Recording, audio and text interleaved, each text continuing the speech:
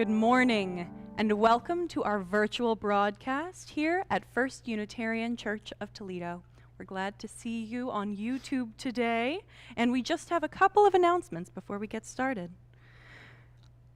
For those of you that still have ballots, please return those from our annual meeting. You can send those into the office, or if you have any questions about where to return or how to be involved, you can contact us by phone or by email at office@uutoledo.org. Next week, we will be outdoors and in person for our Memorial Day service at 11 o'clock on Sunday. Bring your own picnic for afterwards, and we look forward to seeing you there. With that, we'll begin with these opening words by Patricia Sheldon, Never Fully Extinguished. In this hour of holy stillness, we gather to honor the life and the persons we have loved. In this hour of holy stillness, we remind ourselves that the flames of life and love are never fully extinguished.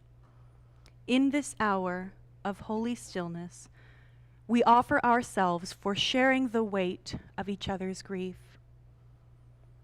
In this hour of holy stillness, we offer the strength of our love to help others survive their pain and grief. In this hour of holy stillness, we call forth from each of us the power we offer out of life, out of loss, out of love.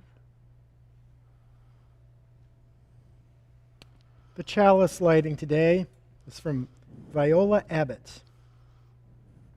As we light the chalice and fully embrace the sacred time created here this morning, please hold in your hearts the Unitarian Universalist principle, which calls upon us to respect the interdependent web of all existence of which we are a part.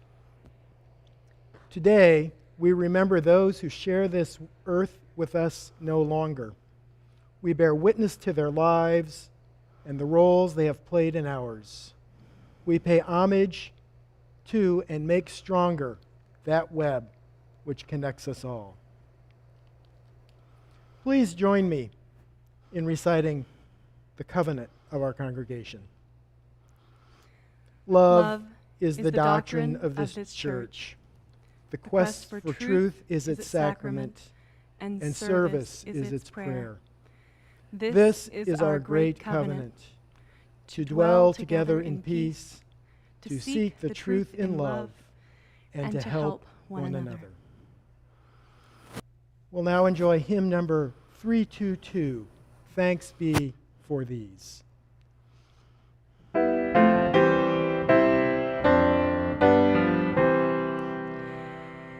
Thanks be for these life's holy times, moments of grief, days of delight, triumph and failure intertwined, shaping our visions of the right. Thanks be for these, for birth and death, life in between with meaning full. Holy becomes the quickened breath. We celebrate life's interval. Thanks be for these ennobling art, images welcome to our sight, music caressing ear and heart, inviting us to loftier height. Our story today will be read by Soroya, our Director of Religious Education. Marmalade by Orlando Brunola. Hello, good morning, and happy Sunday. Our story today is called Marmalade. It's a story about reconciliation, and it's by Orlando R. Bagnola. It's been adapted for our use today. Whitman Jones had just turned 9. That was good. But he was going to a new school in a new town, and that was bad. In his old school, he knew everyone. They had been in classes with him for years. In this new school, he didn't know one single person. Not only that, the first day didn't go well at all. "Whitman Jones!" the teacher called out. "Whitman, that's an unusual name." At recess, a very tall boy in Whitman's class came over to him. His name was Eric Smith. He was really tall and kind of chunky. He moved slowly and sometimes bumped into things. He had very red hair. Whitman had never seen such large freckles either. Eric said, "Whit!" "No, wait, what?" and laughed, and then he said, "Whit, what? Whatever." He laughed again, and Whitman knew that it wasn't a nice laugh. He looked down. "Hey, whatever. Where did you get those clothes?" He plucked at Whitman's shirt. That was kind of scary. "Bet you got 'em at Walmart." "Sure, whatever wears whatever from Walmart." He laughed again. Whitman didn't know what to do, but luckily the bell rang and recess was over. Whitman tried to concentrate on his lessons. He practiced his spelling and some arithmetic in his head as he walked home.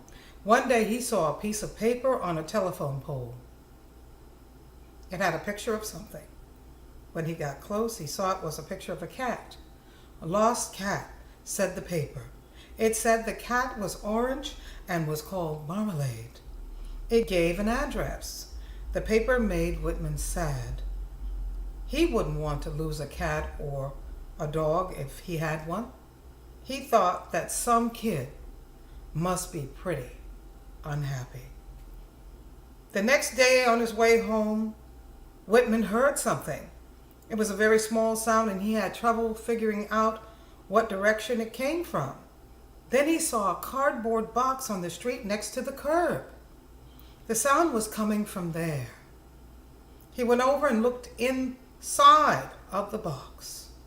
Shivering from the cold was a small cat. "Meow," it said hopefully. This cat was orange, and it was obviously lost, so it must be the cat he had read about.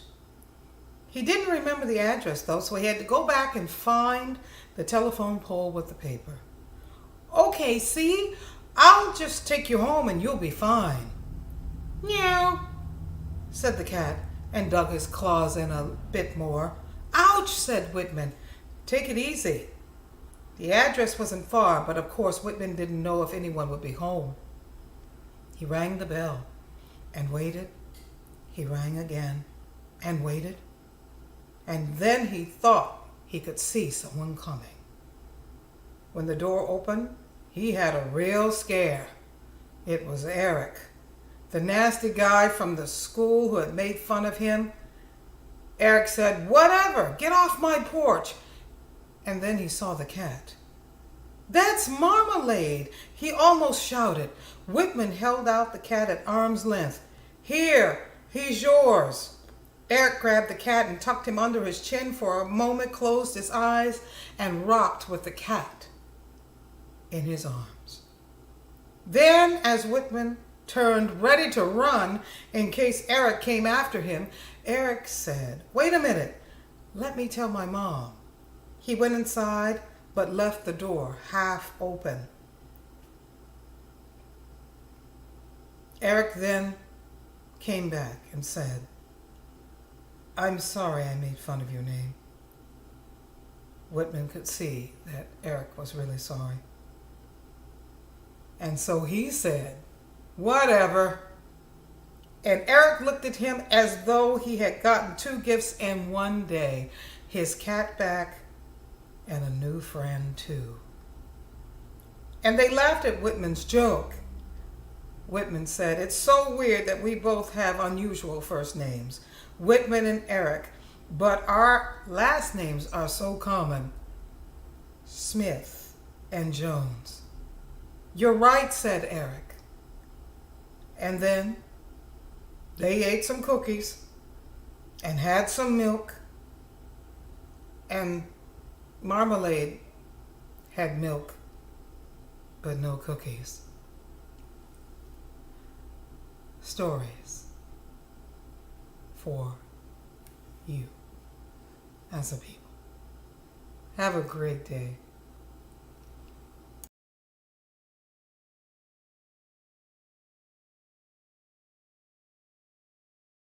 Today is an arrangement of E. E. Cummings' poem, "I Carry Your Heart" by John Duke.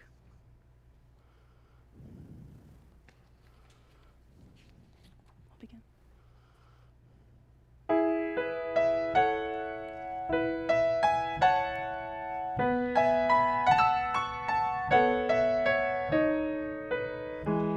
I carry your heart with me, I carry it in my heart. I am never without it. Anywhere I go, you go, my dear.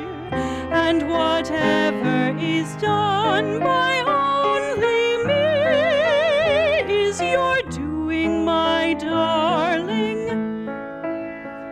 I fear no fate, for you are my fate, my sweet. I want no world, for beautiful you are my world, my true. And it's you are whatever a moon has always meant, and whatever a sun will always sing is you.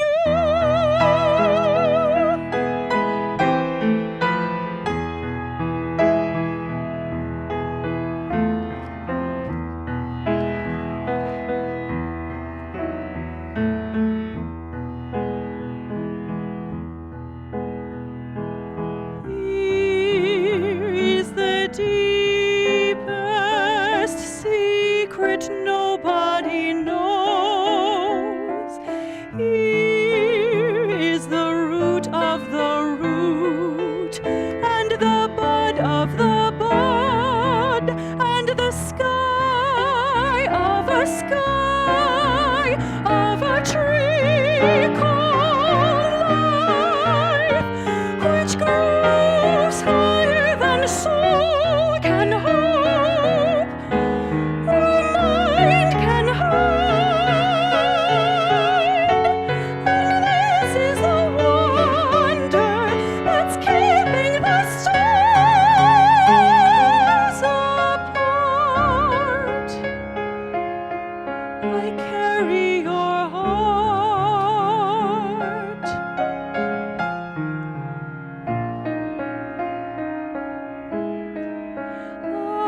I carry it in my heart.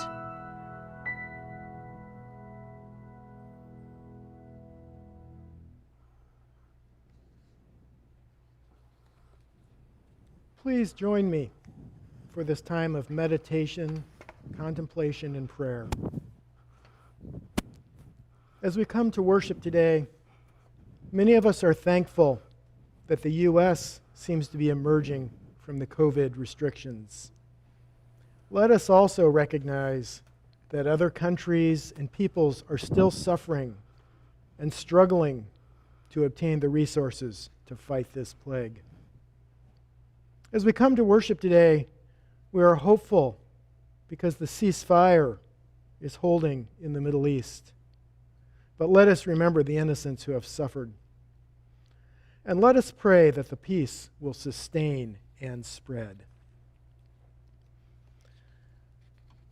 We join now together in a time of meditation, spoken at first, and then for a time in the peace that silence brings. As we enter into the silence, remember the many connections that sustain and uplift us through this religious community.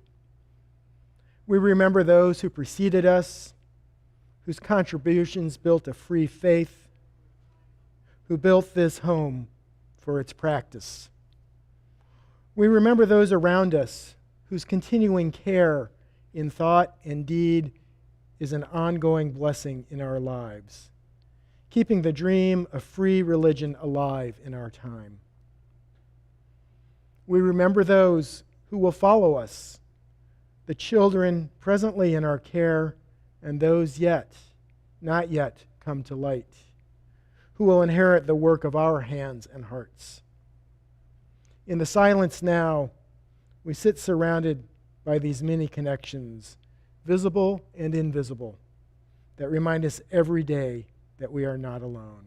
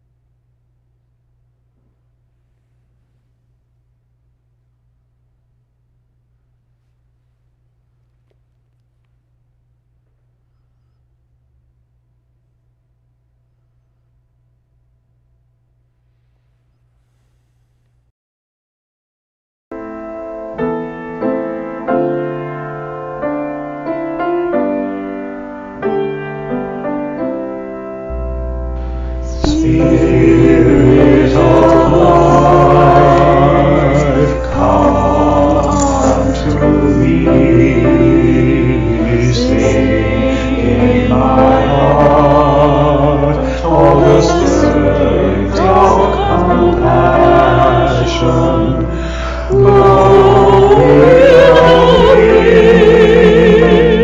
Rise in the sea, moving the hand, giving life the shape of justice.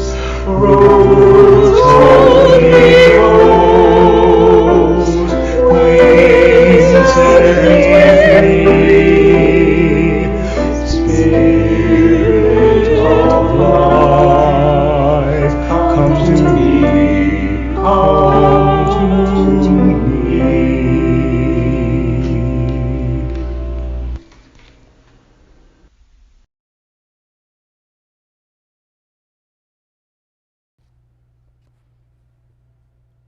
Today's reading is entitled Speaking to the Living and the Dead by Thomas Cranowitter. There is a tradition of dedicating cemeteries, the most sacred and holy of any ground in most cities, dating back to antiquity. The cause of the solemnity surrounding these dead-filled grounds was that most people, throughout most of history, believed the gods who protected them, guided them, and occasionally blessed them with gifts were the ghosts of the city's fathers, the first family members who gave the first laws to a tribe or a clan. How remains of the dead were treated in the eyes of most ancient people was therefore a life and death matter, literally. Burial grounds were sacred because they were the points that connected the living and the dead, a bridge of sorts between worlds, to be feared and treated with the greatest respect and reverence.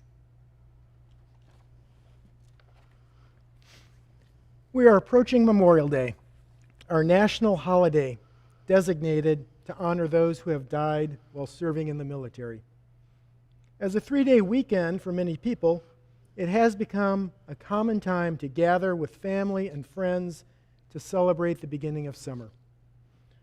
Prior to declaring the last Monday of May as Memorial Day, there was an earlier practice of going to the cemetery to honor departed family and friends and to clean their graves. Today, I want to take you on a virtual trip to 4 cemeteries that I have enjoyed visiting. Along the way, we'll learn bits about funerary art and the way it reflected the predominant religious beliefs and philosophical attitudes of earlier times. We'll also learn about the ways Unitarians have influenced the design of burial grounds. We'll start at the oldest burying ground in Boston, then visit 2 cemeteries near Boston that were rural when they were founded, and finally spend some time at Woodlawn Cemetery and Arboretum here in Toledo. The King's Chapel Burying Ground was founded in 1630 as the first graveyard in the city of Boston. It was Boston's only burial site for 30 years, and thus probably did not have a formal name. In 1686, the royal governor of the Massachusetts Bay Colony decided to establish the first Anglican church in colonial New England. None of the Boston residents would sell land for a church that was not Congregationalist, because at the time, the Congregational Church was the official religion of Massachusetts. So the royal governor allotted land from the public burying ground for the new church and named it King's Chapel in honor of the reigning King James II. The previously unnamed burying ground then became known as King's Chapel Burying Ground, even though it predated the church. The outer wall of current King's Chapel is visible on the left-hand side of this slide. On the next slide, the front of the building is shown. In 1754, construction of this stone structure, the first stone structure in Boston, was completed. The stone church was built around the older wooden church. When the stone church was complete, the wooden church was disassembled and removed through the windows of the new church. The wood was then shipped to Nova Scotia, where it was used to construct another Anglican church. During the American Revolution, King's Chapel sat vacant because many of the Loyalist families left for Nova Scotia and England.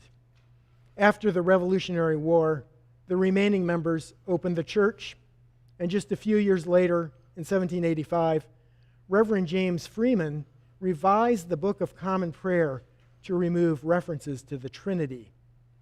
Although Freeman still considered King's Chapel to be Episcopalian, the Episcopal Church refused to ordain him. Thus, King's Chapel transitioned to congregational governance and became the first openly Unitarian church in the United States. The church still follows its own Anglican Unitarian hybrid liturgy today. It is a member congregation of the Unitarian Universalist Association. They describe themselves as Unitarian Christian in theology, Anglican in worship, and congregational in governance. Returning to the burial ground, there are over 500 headstones remaining from the more than 1,000 people buried in this small space. There are several dozen tombs, of which many are tabletop form. The earliest graves were located without planning, and the grave markers were subsequently rearranged, which means they don't necessarily correspond to the actual grave locations. These gravestones illustrate the plain style. The lettering on the left gravestone runs together without spacing or punctuation. Here lies the body of Mr. John Post. In other words, the physical remains are present in the ground below, and by implication, the soul is not present because it has gone elsewhere. The gravestone on the right couldn't be much simpler. Someone with the initials EL died in 1647. These factual and inelegant inscriptions convey a practical attitude towards mortality, as death was an ever-present fact of life. The minimalist artistry of the early headstones reflects the back-to-basics doctrine of the Puritans, which largely avoided unnecessary decoration or embellishment.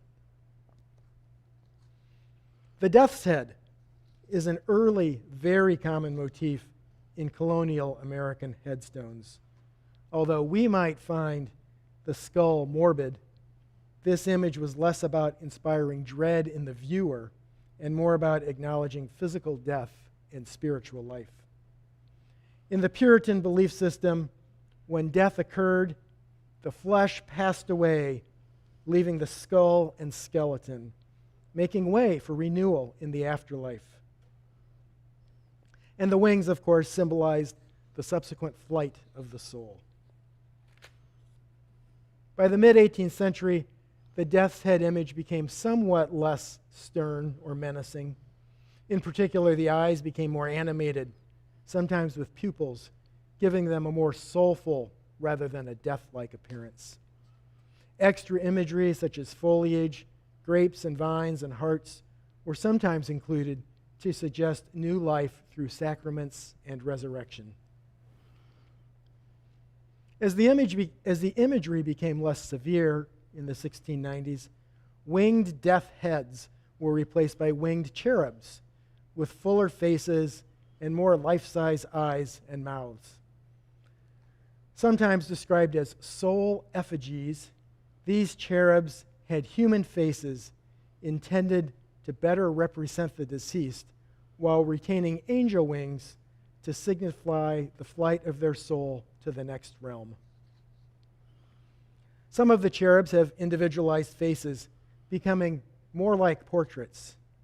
The facial expressions range from frowns to smiles, and some of these angels even displayed possible hints of hairstyle. The cherubs were sometimes surrounded by other symbolic motifs, such as a tree or an hourglass, to represent the passing of time. By the late 18th century, stone carving had become an independent industry. Although not considered a fine art, carving these stones clearly required more skill and knowledge than previously. Starting in the late 1700s, gravestone styles softened even further due to the influence of secularism, Methodism, and Unitarianism. The images turned away from grim Puritan motifs to a sentimental view of death, represented by neoclassical symbols such as urns and willows. Because of its name and drooping branches, the weeping willow could simply represent mourning the death of a loved one. Or it could refer to one of the Bible verses which mention willows. Or it could refer to the ability of willow cuttings to grow into new trees, thus representing life after death. Others, however, suggest that the willow and the urn predate Christianity and reflect Greek or Roman times. Cremation was not common in the U.S. at this time, so using an urn to symbolize death could only be symbolic or stylistic. The urn was used by the Romans to store cremated remains, and the willow was associated with Persephone, the goddess of the underworld. Combined, these two symbols represented the soul's journey from the earthly realm to the heavenly realm. By the 1840s, the Puritan influence in funerary art had passed away. As social classes emerged and became more important, graveyards lost their earlier egalitarian uniformity and simplicity. Plots in certain areas of existing graveyards became more expensive, and differences emerged between burying grounds in affluent areas and working class areas. The graveyards of the former tended towards grandiosity and monumentalism, while the latter are characterized by crowded rows of simple headstones. Although the inscriptions for working class graves were still factual and simple, gravestones became somewhat fancier, with marble or polished granite replacing the slate slabs. And for the upper classes, columns, obelisks, statues, and mausoleums gained in popularity, as if spending large sums of money on these monuments somehow enabled one to elude or defy death. Grave markers were not the only things changing in response to the evolving religious beliefs. In 1831, a prominent doctor in Boston, Jacob Bigelow, became concerned about disease and odors caused by corpses decomposing under churches and in city burial grounds. He also anticipated the possibility of running out of space in the middle of the city. Bigelow teamed up with the president of the Massachusetts Horticultural Society to organize efforts to create a new burial ground outside the city. They envisioned a rural, landscaped setting, a place of repose rather than a crowded, unhealthy yard, a place of natural beauty to promote contemplation. Their vision was not entirely new, as they were likely familiar with the descriptions of the Père Lachaise Cemetery located on a scenic hillside outside Paris. So they obtained a wooded tract 4 miles west of Boston, just outside Cambridge. By integrating the new burial ground with nature and landscape, they sought to incorporate the values of New England transcendentalism and Unitarianism. That is, the divine experience is here and now, and not in some future distant heaven. The Bostonians wanted to avoid the negative connotations associated with the terms graveyard and burying ground. So they chose to name this new place of repose with the French word cemetery. Cemetery came from the Greek, meaning a sleeping place. Thus, Mount Auburn Cemetery was created as America's first rural garden cemetery. The design, influenced by the complementary movements of Transcendentalism and Unitarianism, resulted in a new civic institution for the public to experience and enjoy nature. By the 1840s, Mount Auburn was one of the most popular tourist destinations in the nation, along with Niagara Falls and Mount Vernon. 25 years after the dedication of Mount Auburn Cemetery, and 15 miles to the northwest, the town of Concord, Massachusetts, dedicated a new rural garden cemetery. The steeply graded native woodlands include a bowl-shaped glen as its central landscape feature. This area was a favorite destination for weekend or evening walks and was informally called Sleepy Hollow. The choice of the name may or may not have reflected local familiarity with Washington Irving's story. The Boston-based designers of the Sleepy Hollow Cemetery were also well acquainted with many leaders of the Transcendentalist movement that was intertwined with the Unitarian faith. With their design, these creators intended to awaken fellow citizens to a higher divinity dwelling within nature. In his 1855 dedication speech, Ralph Waldo Emerson thoughtfully reflected on the future of Sleepy Hollow.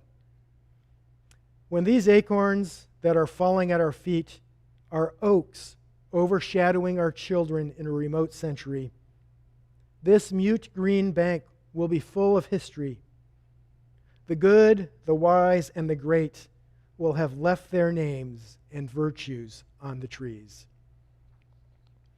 Emerson would be buried there in Sleepy Hollow a few decades later, as would other notable writers from the flowering of American literature in the mid-19th century, including Louisa May Alcott, Nathaniel Hawthorne, and Henry David Thoreau.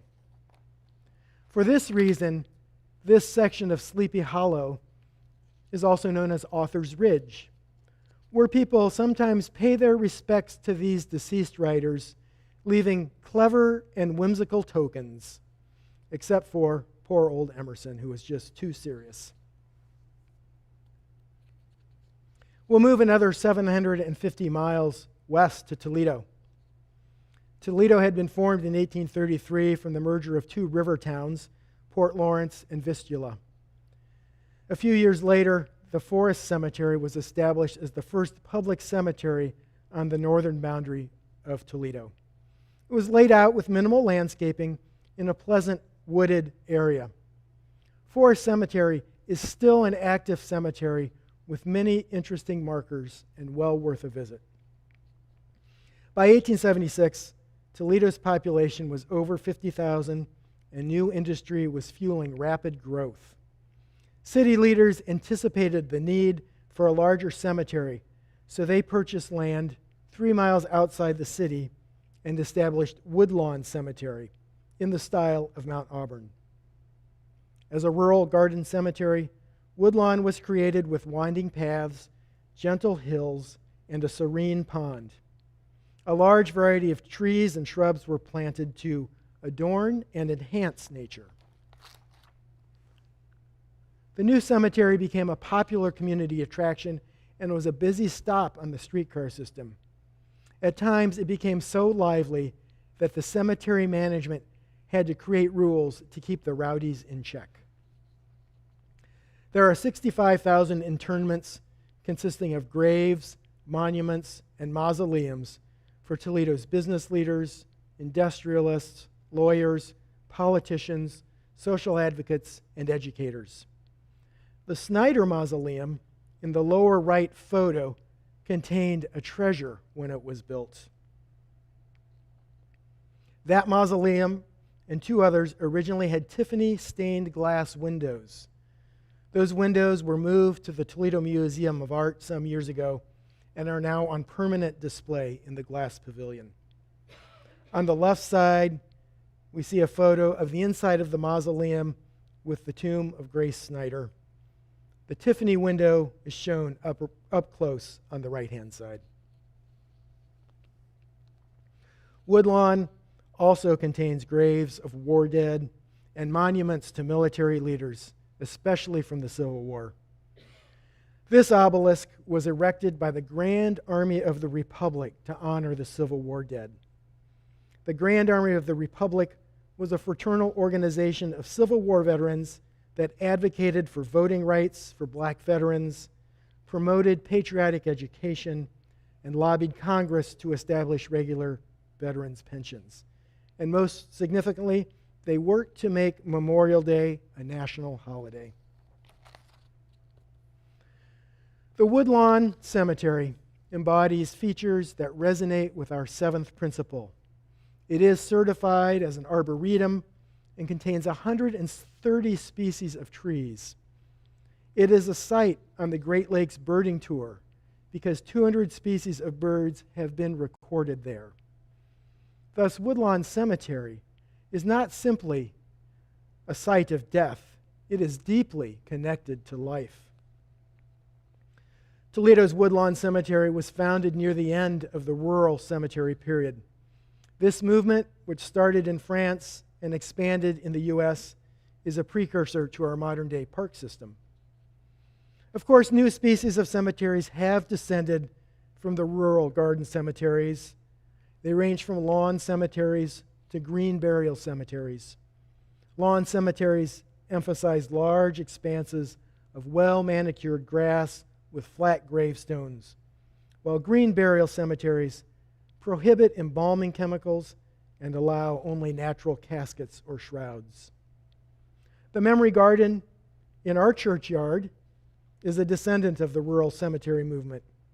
In some ways, the memory garden harkens back to the times when most burials had to be on consecrated grounds in church graveyards. On the other hand, the memory garden is an enhanced natural setting to reflect on our connections to past members. The Reverend Stephen Kendrick, a UU minister in Boston, wrote an engaging history of the Mount Auburn Cemetery entitled The Lively Place. That's right, The Lively Place, Mount Auburn's first garden cemetery and its revolutionary and literary residents. I'll close with a short passage from his epilogue where he writes, Mount Auburn is many things: a park, a cemetery, an arboretum, an outdoor art museum, an aviary, a wildlife preserve. But it is mostly this: a place of connection where we remember and celebrate the vivid lives of those who came before. Blessed be, and amen.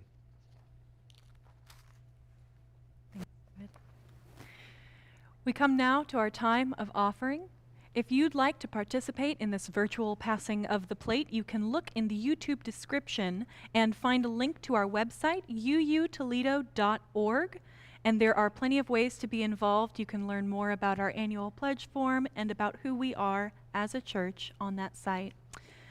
If you prefer the paper method, you can reach us at 3205 Glendale Avenue. Speaking of in-person, next week we will have our in-person outdoor Memorial Day service. So bring your own picnic. We look forward to seeing you. Stay tuned in the FYI for the goings-on of the church. If you would like to learn more and you don't currently have the FYI, you can also find out about that in the YouTube description or comment, call us. We'll make sure you're on the list.